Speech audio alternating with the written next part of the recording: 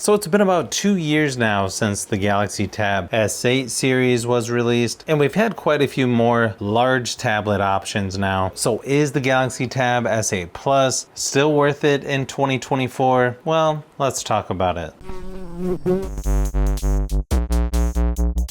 Obviously, the biggest reason to consider this tablet is going to be the price. You can find this much cheaper than when it first came out. I believe it was $899 back then. I've seen Amazon renewed versions that are less than $500. Nice thing is you've got 8 or 12 gigabytes of RAM. It starts with 128 gigabytes of storage and goes up to 512. You can also use a micro SD card on this for expanded storage as well.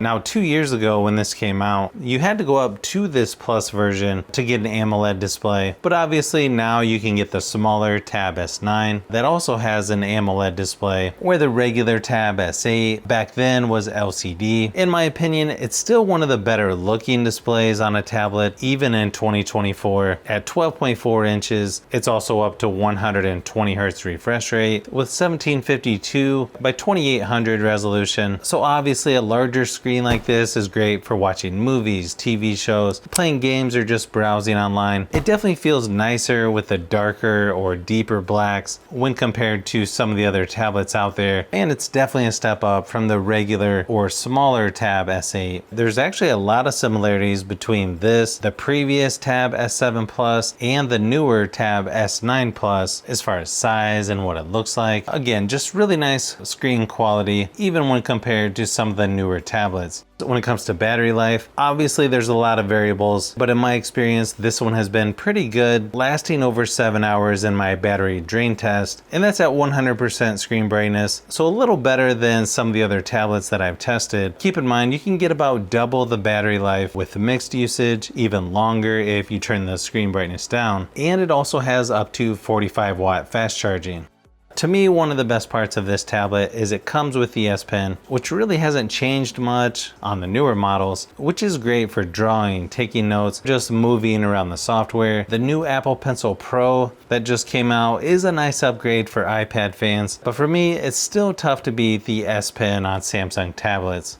As of this video, the software on this has been updated to Android 14, One UI 6.1. I think you have at least a couple more years of major software updates and a little longer for security updates, so plenty of life left on it yet. And of course, you'll get individual app updates much longer than that. So plenty of life left as far as software goes, in my opinion.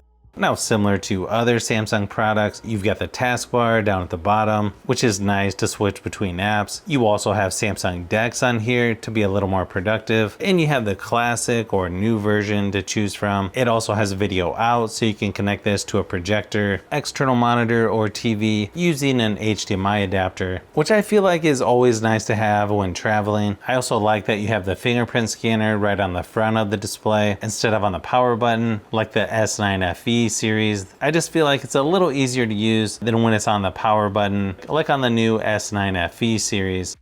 Performance-wise, this has the Snapdragon 8 Gen 1 processor, which is still kind of impressive compared to other tablets even in 2024. Of course, it's not going to beat the new S9 series, but it's still better than a lot of other tablets in this category, even better than the new S9 FE and S9 FE Plus. It's going to have enough power to do just about anything you would need to, even some video editing, although like I've said before, I feel like iPads are usually a little smoother for video editing. Gaming on here is also pretty nice compared to others in this category. I feel like it's still a good option even in 2024. Just keep in mind it can be a little bit harder to reach certain things on the screen when gaming on a larger tablet like this. But of course, if you're using a controller, you don't have to worry about that.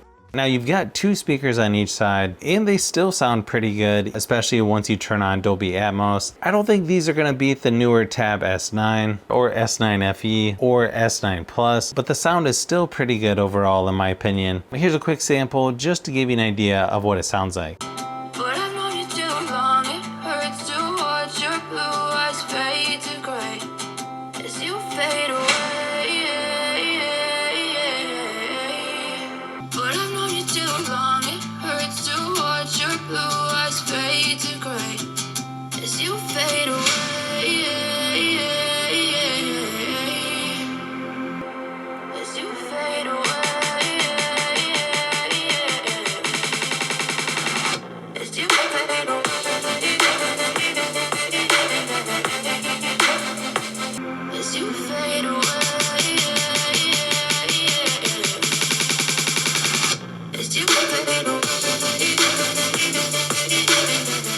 Now in my testing, usually cameras on tablets aren't going to be the best out there, but the ones on here are actually pretty decent. You've got a 13 megapixel wide angle and 6 megapixel ultra wide on the back, 12 megapixel front facing camera, and you can record video up to 4K 30 frames per second. Here's a few samples just to give you an idea of what to expect. I think the biggest thing with this tablet will be the price that you can get this at, because I feel like it's still a good option in 2024, especially if you're comparing this to newer mid-range tablets. It's got good performance, really nice screen quality, and a few extras that you won't get on tablets like the S9 FE Plus. But hopefully this gave you some things to think about on the Tab S8 Plus and whether it's still worth it in 2024. If you like tablets, phones, and other tech, I've got a lot more stuff that I'm working on, so you'll want to keep an eye out on those upcoming videos.